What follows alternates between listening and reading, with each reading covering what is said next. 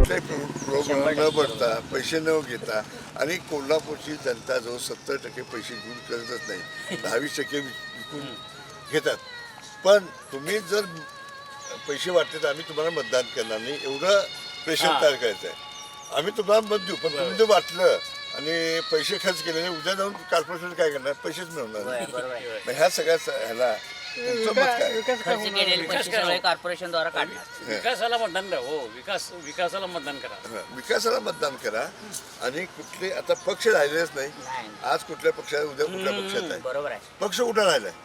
त्यामुळे जनतेचा एक प्रबळ गट तयार करायचा विषय आहे. लोकांनी विचार केला पाहिजे, हो हा म्हणून आज आला, आज इथे राहणार आहे का नाही. आणि हे सगळे जरी कोणी आलं, शेवटी संविधानाने जनतेला राजा केलेला आहे. जनता आज जनतेला माहीतच नाही स्वतःचे अधिकार, कर्तव्य माहीत नाही. या शिक्षण थोडं दिलं तर आज आम्ही ओपनली प्रचार करू शकतो, हे जनता दिल्या काय. म्हणजे आता कुठला उमेदवारी प्रचार करायचा नाही, पण जनता प्रचार करू शकते. ह्या माणसाला व्यवस्थित काय, किंवा माणसाला व्यवस्थित करण्यापेक्षा तुम्ही सदैव बुद्धीनं मतदान करा. पैशाला कुठल्याही आमिषाला बळी पडू नका.